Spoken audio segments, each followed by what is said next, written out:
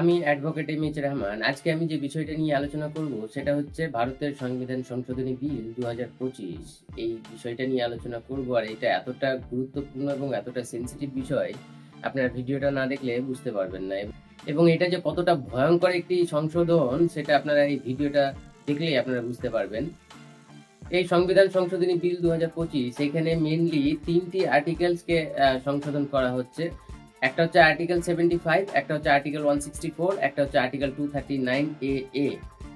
এই 3টি আর্টিকেলকে অ্যামেন্ড করা হচ্ছে, এবং এই 3টি আর্টিকেলে বলা হয়েছে যে যদি কোনো মন্ত্রী হোক সেটা স্টেটের কিংবা কোনো সেন্ট্রালের মন্ত্রী যদি কোনো গুরুতর অপরাধ, অর্থাৎ এমন কোনো অপরাধ যেই অপরাধে যদি শাস্তি হয় তাহলে শাস্তি 7 বছর কিংবা তার বেশি শাস্তির প্রভিশন আছে, এই ধরনের কোনো গুরুতর অপরাধে যদি কোনো মন্ত্রী অ্যারেস্ট হন এবং অ্যারেস্ট হওয়ার পরে যদি 1 মাস বেল না পান, তাকে সেই পদ থেকে রিজাইন দিতে হবে। অর্থাৎ যদি 1 মাসের মধ্যে বেল উনি না পান, আর 1 মাস বেল না পাওয়াটা গুরুতর মামলায় 1 মাস বেল না পাওয়াটা অস্বাভাবিক কিছুই না।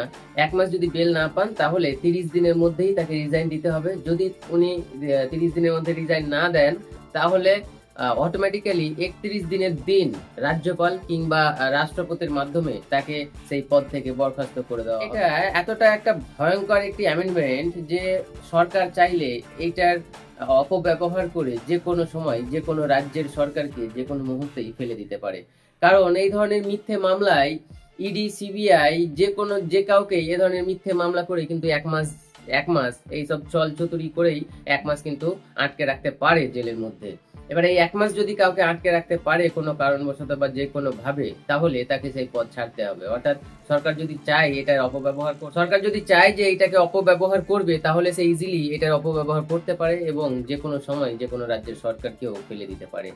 এইটা যদি একবার পাস হয়ে যায় তাহলে সাধারণ মানুষের যে অধিকার, এই যে সংবিধান আমাদের ফান্ডামেন্টাল রাইটস অর্থাৎ যে মৌলিক অধিকারগুলো দিয়েছে আর্টিকেল 12 থেকে 35, এই যে 25-30 খানে যে আর্টিকেল আমাদেরকে দিয়েছে বা আমাদেরকে যে অধিকার দিয়েছে, এই অধিকারও কিন্তু আমরা ঠিক মতো প্রয়োগ করতে পারবো না যদি এই অ্যামেন্ডমেন্টটা যদি পাস হয়ে যায়। কারণ এই অ্যামেন্ডমেন্ট পাস হওয়ার আগে পর্যন্ত এখন যদি আমরা কথা বলি তাহলে আমাদের যে কথা বলার অধিকার রয়েছে, আমাদের ব্যক্তিগত কথা বলার অধিকার, আমরা কি বলবো, কি করবো, কি খাবো, এটা হচ্ছে আমাদের ব্যক্তিগত অধিকার। সেই অধিকারই আজকে আমরা ঠিক মতো প্রয়োগ করতে পারছি না। কারণ আজকে যদি আমি কোথাও গিয়ে বলি আই লাভ হযরত মুহাম্মদ সাল্লাল্লাহু আলাইহি সাল্লাম, তাহলে আমাকে অ্যারেস্ট করে নেওয়া হচ্ছে। এইটা তাহলে আমার যে কথা বলার অধিকার সেটা গেল কোথায়? আজকে আমাদের শিক্ষা, আমাদের যে ধর্ম পালনের অধিকার সেটা কোথায়? যদি আজকে আমার মাথায় টুপি থাকে, আমার মুখে দাড়ি থাকে, তাহলে আমাকে পিটিয়ে মেরে ফেলা হচ্ছে। ধর্ম পালনের অধিকার আজকে আমি প্রয়োগ করতে পারছি না, আমার কথা বলার অধিকার আজকে প্রয়োগ করতে পারছি না। আমাদের বেঁচে থাকারও অধিকার রয়েছে, যেমন আমাদের বাসস্থানেরও অধিকার রয়েছে। আর এই যে সরকার বিভিন্ন সময় এনআরসি, সিএএ আর যে হেন তেন আপনার এসআইআর এইসব করে করে আপনাদের যে বাসস্থানের অধিকারকে কেড়ে নেওয়া হচ্ছে, আপনাদেরকে যে ঘর ছাড়া করে দিচ্ছে, সেটাও কিন্তু আপনাদেরকে খেয়াল করতে হবে।